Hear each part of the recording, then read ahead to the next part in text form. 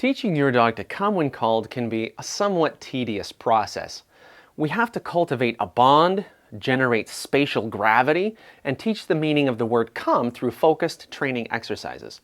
Once you get through those pieces though, you can use some cool games to shore it up and keep it strong. One of our favorites is hide and seek. How to teach it and play it, coming up.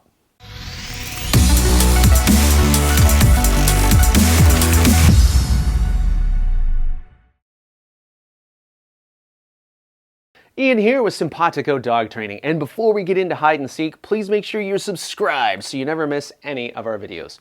Also, make sure to follow us on all the major social networks, and don't forget to check that YouTube description for notes, links, and resources about the stuff we talked about. Now, one of the most important takeaways from learning about developmental games is how important play is, and honestly, we've been sneaking this idea into our videos the whole time. I mean, the very first thing we do with any dog is our engagement game. It's fun, it's playful, it's dynamic, it teaches communication and focus while appealing to things that really turn your dog on. And so as we move along in our training, everything is a precursor to play, which contributes to motivation and commitment. Every time we go out, we play. Then we have engagement. Then, when we have engagement, we ask for obedience, which is going to be super easy at that point. This is part of the power of play. I mean, heck, volumes have been written about the importance of play in schools, in the workplace, in relationships, so why would it be any different between you and your dog?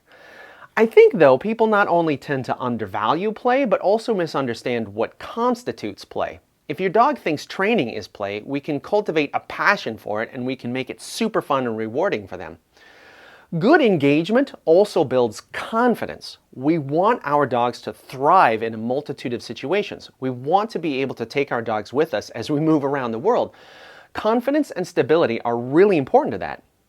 Another concept I've mentioned on this channel before is spatial gravity. We want to develop an attraction between you and your dog where they have a tendency to orbit around you and spiral inwards, a kind of centripetal motion. This is important to our work as well, so let's dive in. Hide and seek is one of our favorite activities, and it is a powerhouse game to play with your dog. Not only is it a lot of fun, but it really refines some great skills, specifically stay, come, and engagement in general. Here's how it works. Your dog should have a good grasp of stay and come before you start. Make sure you've practiced both of these before you start. You'll want some room to work. If you have a large house, this works great. If you do not, or you live in an apartment, you'll want some safe, fenced-in place to play in.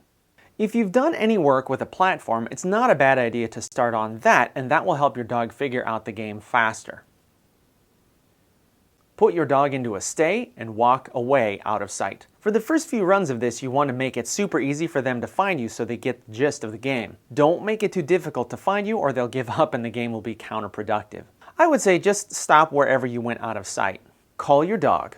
When they find you, move into a prolonged and joyous reward event. Wednesday, come?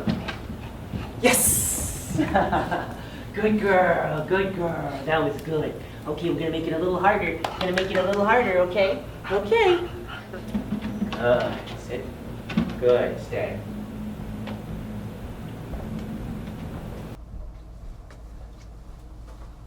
Wednesday, come!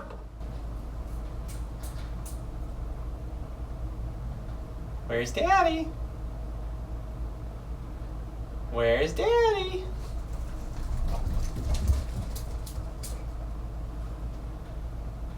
Where's Daddy? Yes! Good girl!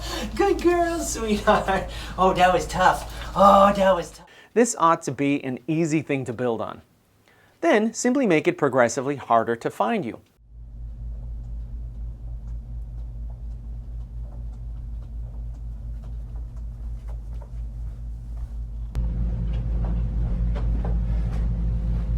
Wednesday, come!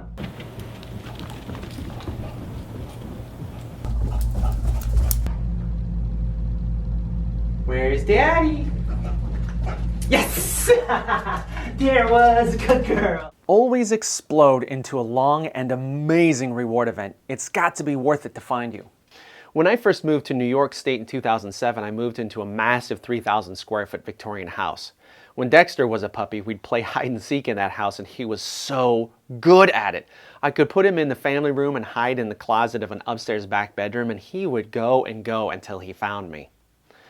You can have someone restrain your dog to build drive, just like we do for restrained recall practice, as long as your dog is comfortable with the helper and with being restrained. Eventually, though, this game is best played when it's one-on-one. Don't ratchet up the difficulty too fast, and that also means to watch out for distractions. If you have to play this outside somewhere, there's a greater chance that those competing motivators will pull your dog from their search.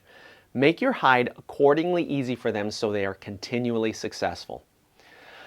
All right, everyone, I want you to have some real fun with this. Remember, you need to have already spent some time teaching come and stay, so don't get too excited and put the cart before the horse. Once you're ready for this, you guys are going to have a blast. Now, question for you. What are some of your favorite games, and how are you incorporating more dynamic fun and play into your training? Let's connect and talk about it in those YouTube comments. As always, keep learning, keep practicing, and we'll see you again soon. Have fun, and thanks for watching.